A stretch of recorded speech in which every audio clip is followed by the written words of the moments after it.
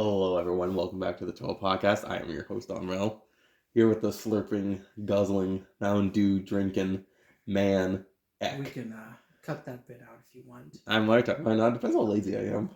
I mean, the very beginning, the very end is easiest to cut out, honestly. And those are usually, it's very few times I cut anything else out of the podcast. Welcome back, everyone. Sorry for the lack of podcast from last week, but instead you got the tier list, so, Hey, you've all been waiting for that. People have asked for it, so you got the next tier list, so, always exciting times. Always an exciting time. So, Also, we were just busy. well, the last podcast, as we mentioned, it happened while we were at Brickcan, and we had plans to record a podcast during Brickcan. We just didn't have time. We were just having too much fun going on, and which truly was actually a really good time. So, if sorry, I had to take a slurp of my Mountain Dew myself. So if anyone who is listening to this podcast ended up going to Brickcan, thanks for checking out the Bionicle. I can't guarantee you any of you, but I think I might have gotten a couple subscribers due to Brickcan, through the shorts, maybe, possibly. We can hope. Because at least for me specifically, I did have my name Onvermel on the mock, so definitely a... Yeah, that got confusing when you won your prize. Everyone's just like, who the heck is this Onvermel guy? Even if it said Paul Juice, my actual name, people might have... People be like, oh yeah, it's a name, that's cool. But the Onvermel's At least the judges weren't confused by it, and I was like, oh, that person stood up for it, cool. That's all that matters. Don't worry, one of them had my real name. Garzani had my actual name on it. Yes. A mistake. That was a mistake. But, one nice thing about Brickcan that was a actual real treat from being a Bionicle fan was actually, compared to at least, because we've been to BrickCon, at least for me with you, there was like 5 years I've been to BrickCon, I believe. Oh, yeah. Last one was 2 years ago and before, and pretty much the way I would describe Bionicle at BrickCon and the public was it was dwindling more and more about either people bringing Bionicle, and even the public, you didn't get a lot of people mentioning what Bionicle was to your face. No. Typically. You would get a couple people, but not a lot. Brickcan, I don't know if it's just the year, the location, or what it was, but I found just a lot more people were acknowledging. I heard the word Bionicle from way more people. So I don't know if it's just to the point where Bionicle fans are finally becoming more of the general public because they're all just at the right age now. But it was a very different feeling, which was kind of funny just because the previous year there was so little Bionicle. Yeah. That for builders didn't expect there to be much Bionicle. And the vendors didn't bring pretty much anything because a couple of them were saying there was nothing Bionicle the previous year, and so no one was buying it, so there was this nothing. So this year, well, let's just say us came, and these other guys came too. There was lots of Bionicle. There was, I think, about probably close to 10 builders. I think there was about us 3 siblings as well as about. And yet you put all those mocks together, and it's probably still the same size as Dentar. Well, the funny thing is, there wasn't enough room on the one table because there was more than they thought. So it ended up being that the other people got a different section, and us 3 siblings got one table. That's 3 T.O.As with one couple dude. There was a Tapu and a Kopaka. Yeah, they were there from the very beginning, so no one knows who they were, and. Well, I mean, eventually we figured out it was the old Bionicle coordinator from previous years. That's kind of what I had guessed from the start. But no one saw him, I think, during the whole time, for the most part. I think I did. I just didn't, click. Yeah.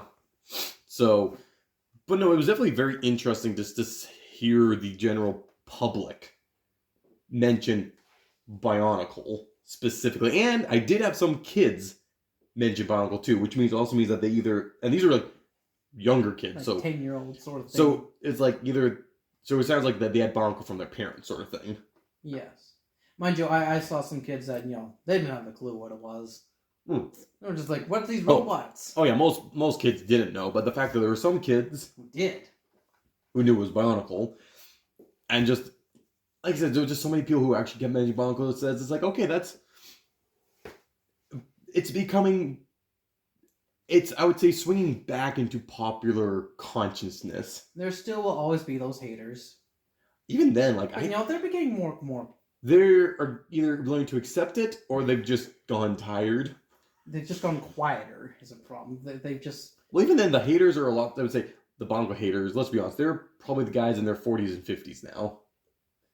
They're not going to many shows. At least Brickcan specifically, too. Just also, I would say, is a more Bionicle friendly convention. Well, Brickcan specifically just seems like there's a lot of younger crowd. Like the average age at the FOL and Brickcan is younger than at Brickcon. In Brickcan, it feels more like 30s, while Brickcon feels more like late 40s. Yeah. Because, like, the Bionicle crowd, you're the oldest. Typically. I'm pretty sure of all the other builders there, which I didn't really get a chance to talk, I'm pretty sure they were all younger than me. Yeah. I don't think they any all of them look were. pretty young. They were all like I would say 23, 22 at But most. I bet just some of them probably were older than you thought. Oh, probably. Like, some people in our own Lego group is older, like Yep. Mr. Bearded Man. John, he's older than I thought. I was like, Troy was older than we thought. all these names mean nothing to you people. But that's okay.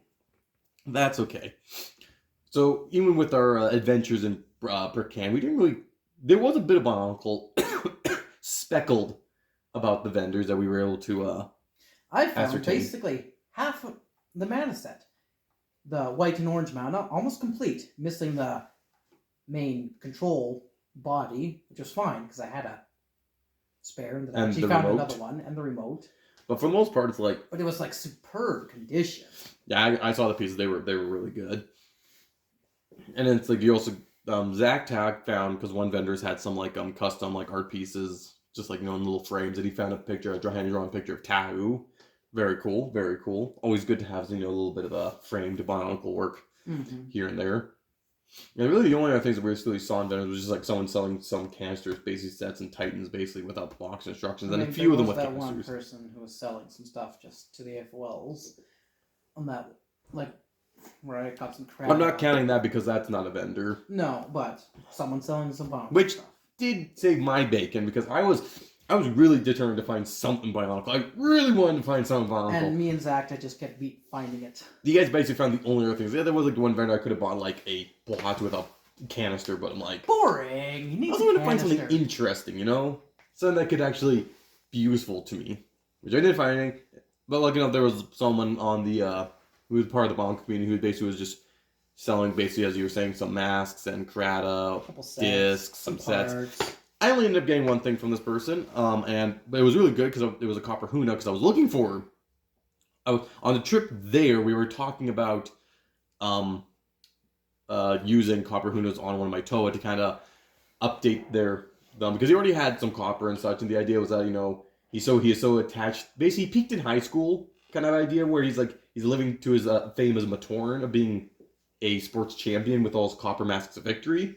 And so when he became a T.O.A, he wears those, or he delved them to try to remind people who he is. So actually using masks as shoulders, which a lot of builders like to do, actually makes sense in this case. Yeah, and actually they worked out really well too. Like it was quite nice. And the best thing was also the variation of the Copper Huna that matched the other spare one I had. Nice. I mean, yes, I could have swapped out for the mask and had. It's not like it's really that different. It's different but when enough. you know it's there. It's just the moment the light's behind it, you'll notice. That's the big thing, is the light. But just like stand in front of. But the thing is, of all this stuff, this is even the most interesting Bionicle thing I would say any of us found, kind of, at least from my perspective. The most surprising I found was when we went to Valley Village on a trip heading back to the convention hall, and what I ended up finding was, well, first off, I had found this whole end cap shelf of basically a bunch of movies, and I'm like, okay, this is interesting. And I see a Legend Reborn, so I'm like, oh, Bionicle. But everything at this end is, from what I can ascertain, a Japanese dub. Everything on there basically had like the regular cover stuff, but they had like also the, I'm presuming, Japanese words and lettering on there as well for it. I'm assuming it's Japanese and not Chinese, just because to me that I'm assuming just Japan does more deals with media than China and such. When you go across the ocean from Vancouver, Japan's next there, which I'm assuming it's Japanese dub. So I have a Japanese dub of The Legend Reborn, which means I can watch it without understanding what they're saying now. And to me, I've always wanted to have a Bionicle product that was from elsewhere in the world. Like, we've had European products like boxes from Bionicle many times. But it's not really any different. It's still all in English, you know, it just has a little less information. They take out the French. They simplify. But I've always wanted one from Asia and such, just because I've always been curious what sort of packaging would be different. And I don't think for sets it is, as far as I'm aware of, but this movie was very obviously, it wasn't it was a bootleg or anything. This is the legit dub of, okay, I can't 100% say it's a dub because I actually haven't played the movie yet. And maybe there's an option where you just go into the subtitle menu and you know that. But the packaging is different. And to me, that was just really, really weird. Very, very. And really amusing. So, you know, it's a good time. It's a good time. And it just was a generally really good time. And actually, specifically as a Bionicle fan, one of the cooler things actually too was you and me both actually had a chance to talk to and meet Duck Bricks. Very, very interesting meet on my end, for sure. Yes, you definitely had the more interesting one. I was more just kind of a brief time. Apparently, my own little Colored Blacktron blog inspired this big YouTuber. Lego Master. Yeah, because for people who don't know, Ek here does have a Blacktron themed Lego blog called Colored Blacktron. Been going steady for over a decade now. A long time, yeah, definitely over a decade. 2008? I know it dates back to the days of the old classic Space Forum, but 2008, 9? Around that. Yeah, it's got to be something like that. So a decade and a half. Gosh. And 2009, yeah, we'll say 15 years. And we didn't know it had decent viewership, because I remember we did look at the stats one time. I usually don't, but one time whoa, there's a lot of people coming here. I can't remember if it was over 1,000 per day, or it spiked at 10,000 at one day or something. I don't know. It whatever it was a lot bigger than I would have expected. A couple hundred would have been my guess, sort of thing. On its heyday. But it just had barely bigger reach than I think we ever thought, and then having the Duck Bricks basically mentioned that he was a big fan of it and wanted to talk to you about it. It was just kind of mind blowing. Very mind blowing. Very cool. I'm now seeing this happen twice at a Lego convention where someone basically kind of got excited when they realized who you were. Because this is what happened when you're doing the Elite Speed build, because we were tired. He was like, "Oh, I want to talk to him." He's like the Color Blacktron guy. I'm just like, but then at my first BrickCon, we were waiting in line for one of the socials to get I think our pizza and such, and one person was like, "Oh, you're Elephant Knight." Yeah. That was Adam Dodge, I believe. And to me, that's just it's really weird going to these Lego conventions where I'm a little more of a celebrity than I think sometimes, and then there's the times when I know I'm a celebrity, like the Elite Speed build. I'm big and I know it. Yeah, if you're on the west coast of Lego conventions and speed builds come to mind, the name of Gerard Justin might come around, perhaps. But it was just really interesting, just in normal day-to-day life, we're just random schmucks go about our lives, but it's the atmosphere of everything is just so. I mean, it's a convention where you're basically having a vacation, and this is the first time I would say I've been to a convention and it felt like a vacation. No.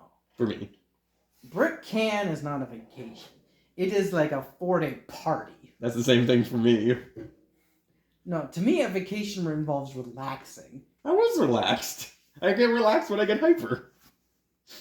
You and I have very different ideas of what's relaxing, but it was I didn't feel I feel like I was deserved spending money and taking time off from work. It felt like I was it felt more like a vacation. I mean, it helped that we're also staying at a hotel and we're didn't leave the hotel much. Well, it helps the convention center and a hotel are the same building essentially. River Rock Casino and Hotel in Richmond, BC. Swanky. That's the one. Real swanky. Yeah, no, just the whole experience, especially from a Bionicle fan's perspective, made it even better. It was very, very, very good.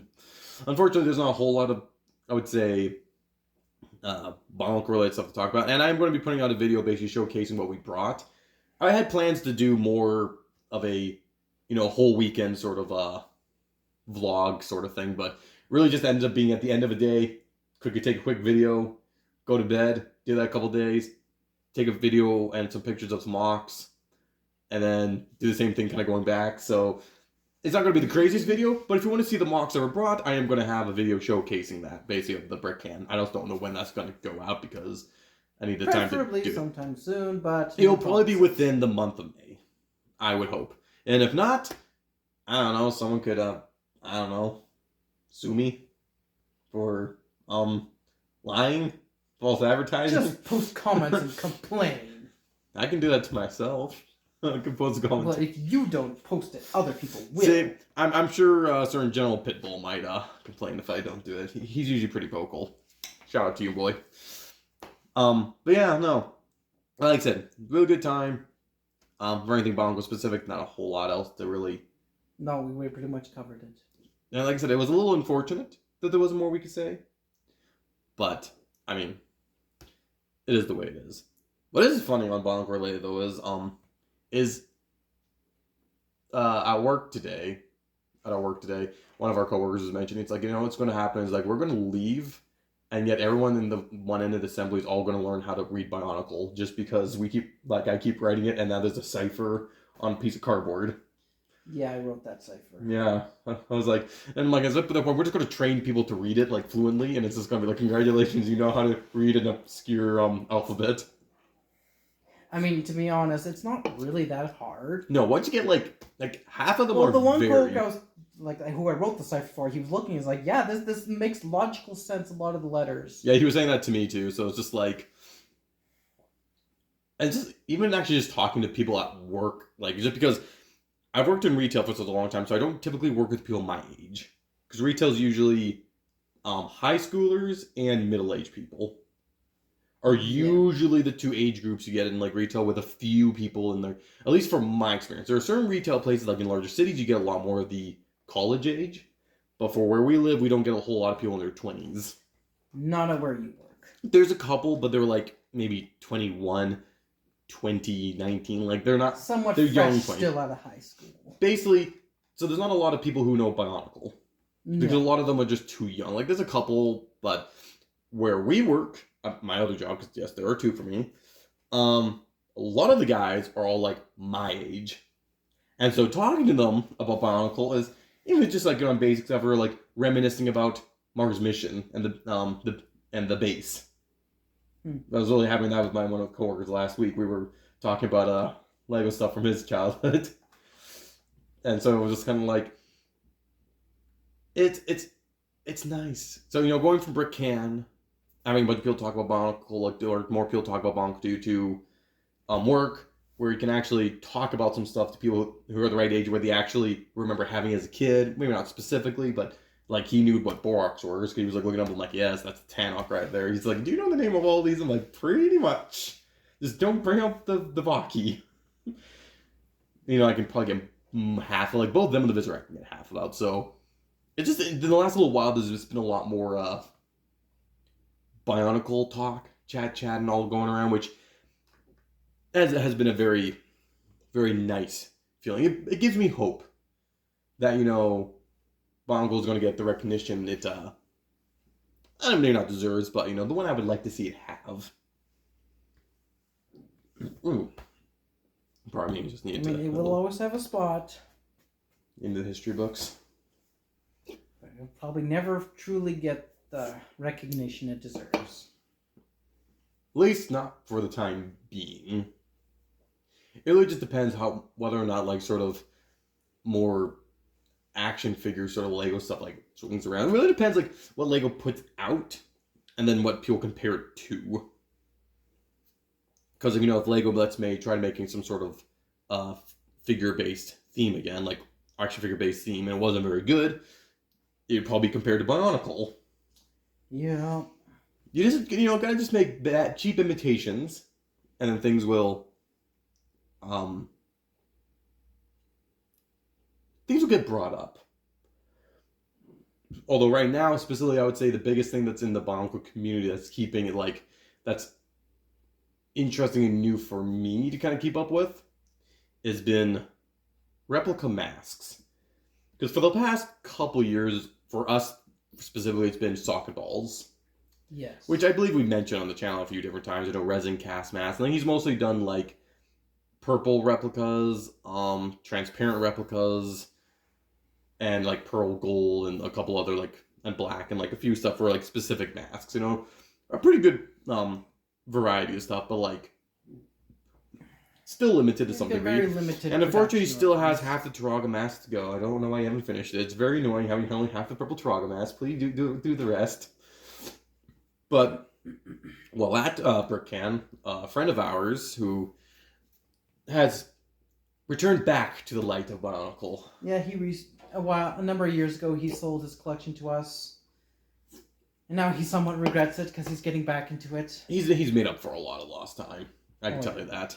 He's pretty good at hunting down some good deals and stuff. He knows the right people, apparently, or he knows how to hunt down for deals. I do not. It also helps that he lives in a bigger city than we do. Yeah, true.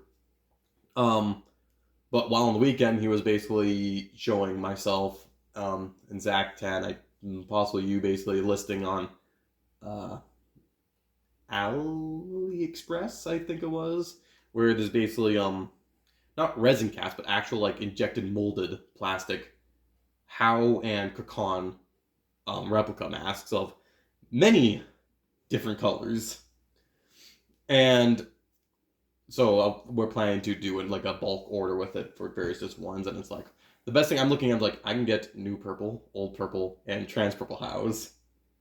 To me, that's just like well, think about it. But really, the one I actually most excited before is like trans clear How.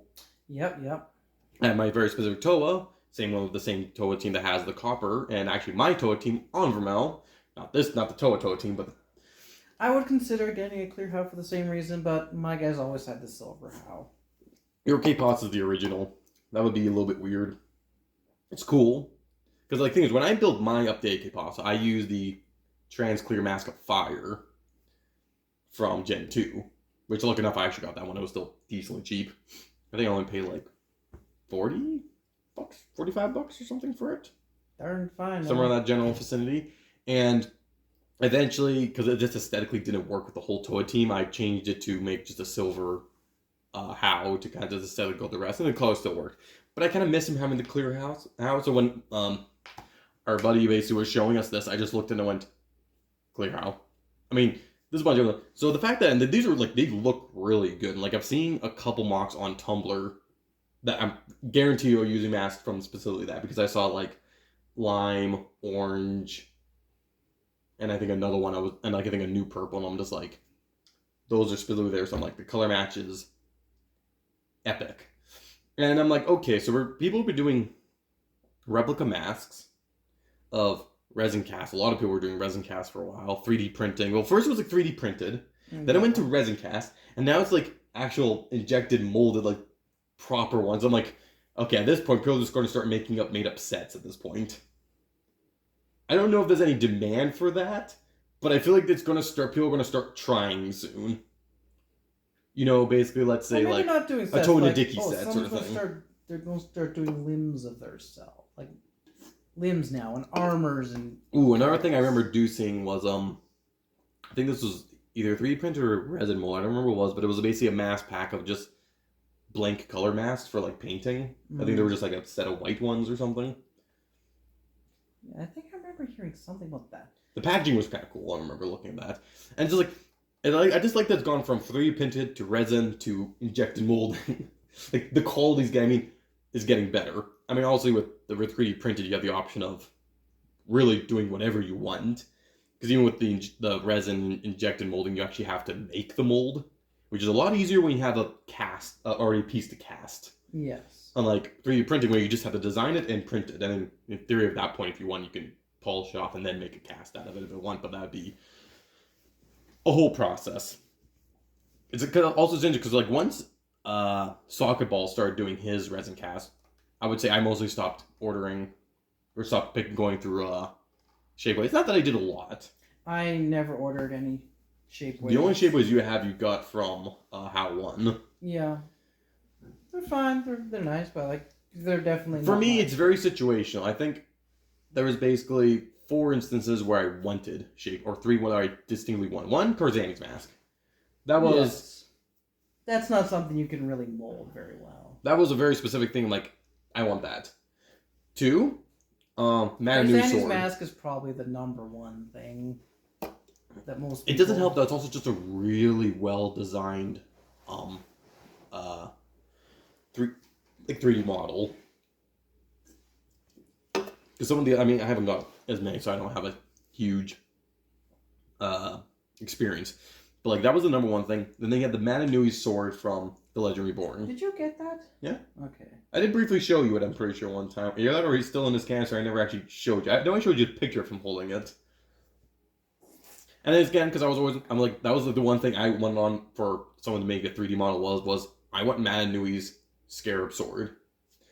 And someone did, and it looks great on him. It's just chef's kiss. It's amazing. And the only thing that I actively wanted from it, I believe, was the mask. It was a prototype design of Liwa Nuva Fantoka's mask that was more inspired by Master Chief from Halo. Because I wanted to. I don't know if I wanted if I saw the mask and decided to pick it up, or if I saw it out. I don't really remember. Either way, you have it and you like it. And it's just like, I wish my purple paint was a bit better, but beggars can't be choosers. But honestly, like I've gone through like a lot of the mask designs, and yes, I could get masks of like the other canon designs of stuff, but I'm like, eh. Like for me, it's just like, I don't know. I'd rather chop up a piece to make something look different rather than go through. But the main problem with 3D printed is you get the texture of 3D printed. Yeah. Like I think you can go more expensive options. I think to deal with that. I think depending what material you go with. Throw money and fix a lot of problems, but sometimes you don't got the money to throw. There's only so much time and money I'm willing to put into something. And when the masks that you're buying from 3D printer are already like $20 usually, if not more. I tried talking as I was swallowing. I don't know why I thought that was a good idea. That was a bad idea. Don't worry. Nothing happened, but I managed to kind of stop myself so I didn't have to cough it up. I was saying, when you're spending like over $20 on a Kazani mask, and you're going to paint it, you really don't mind too much if there's a weird texture. And for the most part, if you spray paint and such, you can usually negate. But, I don't know. It is what it is. So, like, yeah, 3D printing, I can't see myself going back there. I do have one other 3D printed mask, and that's T.O.A Nicola's. But that one actually, Zach had gone for his T.O.A. But he didn't, he saw a design that he liked better. And so when I was wanting to build a T.O.A Nicola, he basically gave me his old one. And so, I have that. So I think I have Karzani, Nicola, Leo Fantoka, the Mask of Energy. It's basically it's a mask from Bionicle the game, where it's basically your energy pickup. But it's just very specific, which is not a canonical mask, but seeing it in 3D form is just really cool. So I'm like, you know what? I'm picking that up. I think those are the only 4 masks I have. The only problem I had with 3D printing, the big problem is the precision of the axle for the connection is either too tight or it's too loose. Like, yeah, it's really getting one that's perfect, none of mine have been, like, Variki's or the Liwa Nuva mask was too loose. Kurzani's was too tight, but it's probably the best. No, I think it was, maybe because that was after I painted it. And then Nicola's, I know, is pretty tight, too. And so it's like, and I don't know how much I trust the material. Like, I don't know how brittle the material is. Especially on the stock. I guess there's one other 3D printed mask that I do want to do, and that's the Moop. The Mask of Ultimate Power. I do yes, of course. Still need to get that. I keep meaning to. And because that was like the first sort of 3D printed mask I wanted. Because I remember when Gen 2 ended and people were wanting that mask, that was kind of the same time that 3D printing kind of started hitting its stride. And I really feel like that kicked off a lot of people wanting to get the bottom of 3D printing. At least it very much felt like it. But the dude's done. It's almost 30 minutes, so we're done. Yeah. This is a bit of a rambling one, but I mean, what can I say? Some podcasts just be like that. So, if you liked it, like and subscribe, of course. A porch? Okay, my ability to speak is dwindling. It is probably a good time to head out. So, I've been your host, Onvermel. This has been the T.O.A Podcast, and we're retiring from the night.